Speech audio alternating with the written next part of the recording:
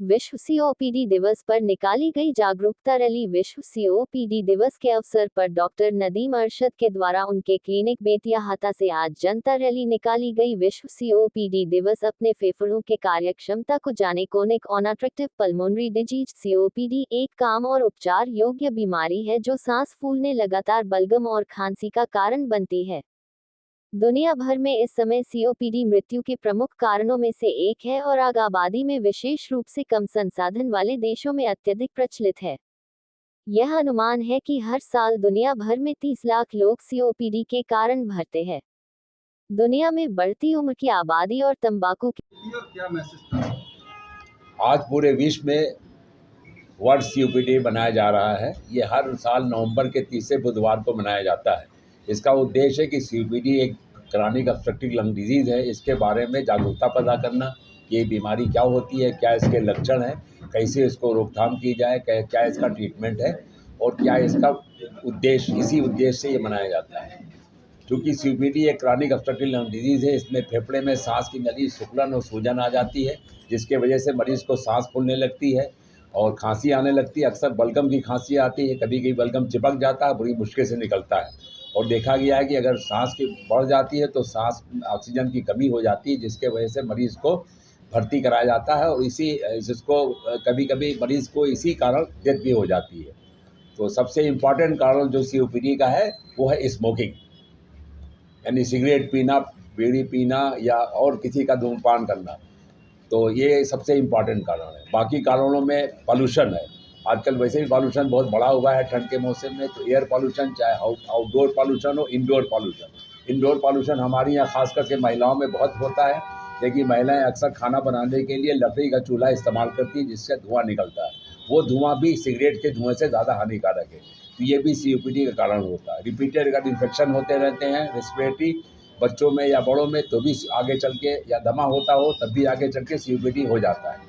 तो ये इसका मुख्य कारण है। इसका मेन ट्रीटमेंट है कि दवाओं को इनहेलेशन के फॉर्म में दिया जाए, क्योंकि ये क्रॉनिक डिजीज़ है, इसलिए दवाओं को लंबे समय तक देना है। अगर आप इनहेलर ना दे करके अगर इंजेक्शन या सिरप या टैबलेट फॉर्म में देंगे तो इसके साइड इफ़ेक्ट होंगे। क्योंकि इनहेलेशन थेरेपी जो होती है, इसकी मात्रा बहुत कम होती है और ब्लड में बहुत कम अब्जॉर्ब होती है, जिससे इसके साइड इफ़ेक्ट नहीं होते, इसलिए इसे लॉन्ग टर्म लिया जा सकता है। जहाँ तक इसकी बचाव के है, तो सबसे इम्पॉर्टेंट बचाव है कि हम सबसे पहले ये करें कि स्मोकिंग को रोकें।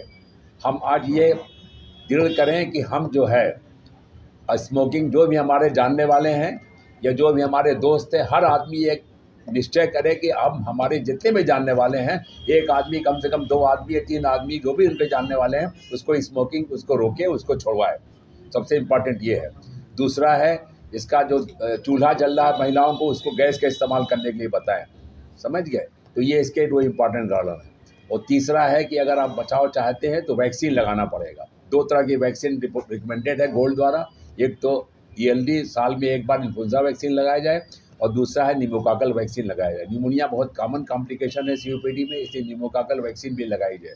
दोनों वैक्सीन लगाते रहें और नियमित इनहेलेशन थेरेपी का उपयोग करते रहेंगे तो मरीज़ बच सकता है। सर, जैसे किस उम्र के लोगों को ज़्यादा होता है सर? ये किसी, ज़्यादातर तो एजेड लोगों को होता है, 40 साल के बाद ज़्यादा होता है सीओपीडी हमेशा। चूँकि जैसे आप धूम्रपान कर रहे हैं या चूल्हा जला रहे हैं तो फ़ौरन इफेक्ट नहीं आएगा, 15 साल 20 साल के बाद आता है।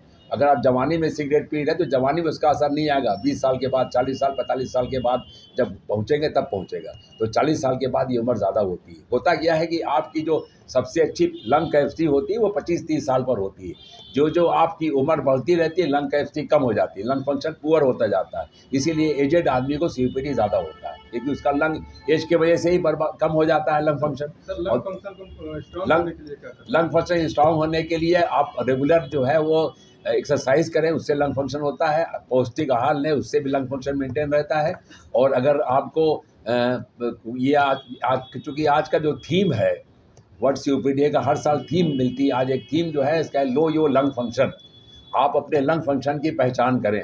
तो आप चाहे आपको सीओपीडी का सिम्टम हो ना हो, लंग फंक्शन तो पहले करना चाहिए, कि सिम्टम बाद में आते हैं, लंग फंक्शन पहले पुअर हो जाता है। तो लंग फंक्शन को जांचने के लिए इसीलिए आह्वान किया गया है कि अपना लंग फंक्शन जाए। हर आदमी चाहे किसी भी उम्र में हो उसका रेगुलर लंग फंक्शन कराना चाहिए, जिससे पहले इस बीमारी को पकड़ा जा सके। जांच का क्या तरीका है? जांच करने का तरीका है, एक यंत्र होती है जिसका नाम है स्पायरोमीटर, और जांच को कहते हैं स्पायरोमीट्री। सबसे कॉमन टेस्ट है और ये फूंक के द्वारा किया जा सकता है। इसमें कोई ब्लड वर्ड की ज़रूरत नहीं, बस आपको वहाँ इंस्ट्रूमेंट के सामने फूंकना पड़ेगा कि कैसे कैसे सांस लेना है, कैसे सांस बाहर निकालना है। इस तरीके से जांच हो जाती है। बहुत सिंपल जांच है। स्पायरोमेट्री बहुत ज़्यादा महंगी भी नहीं है, 1000-500 में हो जाती है जांच और सब जगह उपलब्ध है।